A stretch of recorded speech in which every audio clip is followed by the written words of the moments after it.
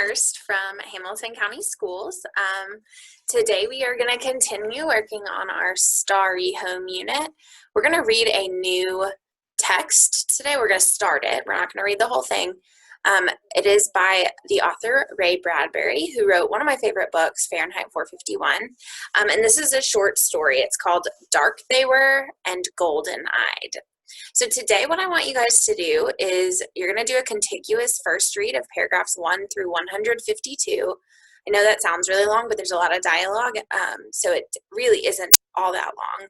So it's about half the text. So I want you to just do a contiguous or straight through first read of paragraphs 1 through 152 before we start. Go ahead and do that and pause me, and when you're ready to keep going, you may press play.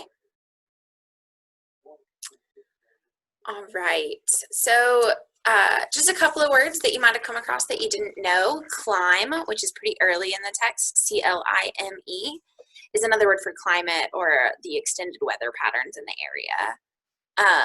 And forlorn means like unhappy, and in this case it meant like deserted or abandoned. So the first thing I want you to take the time to pause and answer is, how would you describe Harry? Go ahead and pause me while you answer that question. All right, so now we're going to look at specific things that make us think that Harry is the way we said. So I want us to look at paragraph 15. I'm going to read it out loud, and I want you to think, what does paragraph 15 tell us about Harry's character? He says, I feel like a salt crystal, he said, in a mountain stream, being washed away. We don't belong here. We're Earth people. This is Mars. It was meant for Martians. For heaven's sake, Cora, let's buy tickets for home. All right, what does paragraph 15 tell us about Harry's character?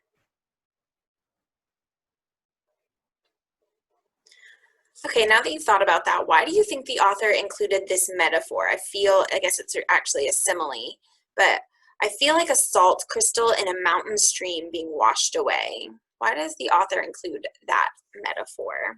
Pause me while you answer that. Okay. Now I want us to look at paragraph 34 and think about, how does the author make the tension greater? Tension is kind of like leading up to conflict. There's not actually a conflict yet, but we can tell that there's going to be. And how does the author make that clear in paragraph 34? Alone, thought Bittering. Only 1,000 of us here. No way back. No way. No way. Sweat poured from his face and his hands and his body. He was drenched in the hotness of his fear. He wanted to strike Laura, cry, no, you're lying. The rockets will come back. Instead, he stroked Laura's head against him and said, the rockets will get through someday. Pause me while you think about, how does the author make the tension greater in that paragraph? All right, now I want us to look at paragraphs 54 through 58, which is some dialogue. I want you to think about, what do you notice about Harry and Cora in these paragraphs? So Harry's going to start. Cora, these blossoms. She handled them. Do you see? They're different. They've changed. They're not peach blossoms anymore. Look all right to me, she said. They're not. They're wrong. I can't tell how. An extra petal, a leaf, something, the color, the smell. All right. What do you notice about Harry and Cora in those paragraphs? Press play when you're ready to keep going. All right, now we're going to look at Harry talking to another group of characters. This is paragraphs 83 through 85. Someone says, hello, Harry, said everyone. Look, he said to them, you did hear the news the other day, didn't you? They nodded and laughed. Sure, Harry. What do you notice about Harry there?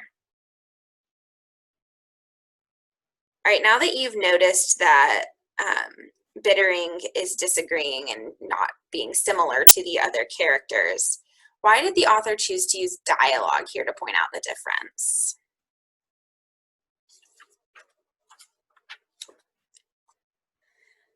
All right, and now I want us to look at paragraph 135. And I want you to think, why did the author include this? This is Harry saying, Eort, Eort. He repeated it. It was a Martian word. He knew no Martian. Why did the author include that paragraph there? All right, this is going to be our last question for today, and this is the one where I want you to take some time include evidence. This is going to be your best answer.